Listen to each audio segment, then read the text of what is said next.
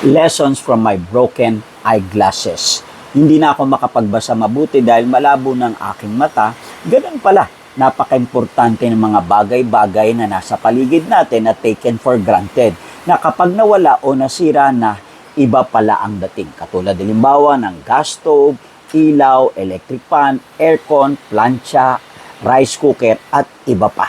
At higit sa lahat, ganun din marahil ang mga mahal natin sa buhay. Nandyan sila, pangiti-ngiti lang tayo, pa-hi-hi, hello-hello. Pero pag nawala sila, lungkot na lungkot tayo at napaka-importante pa sila, pala nila.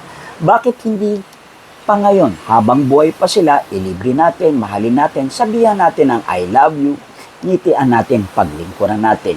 Isulat ninyo ang pwede pang gawin natin para mabasa ng ating mga kasama kung ano ang dapat gawin habang nabubuhay pa sila. Dahil kung tama ang isip, tama ang silid.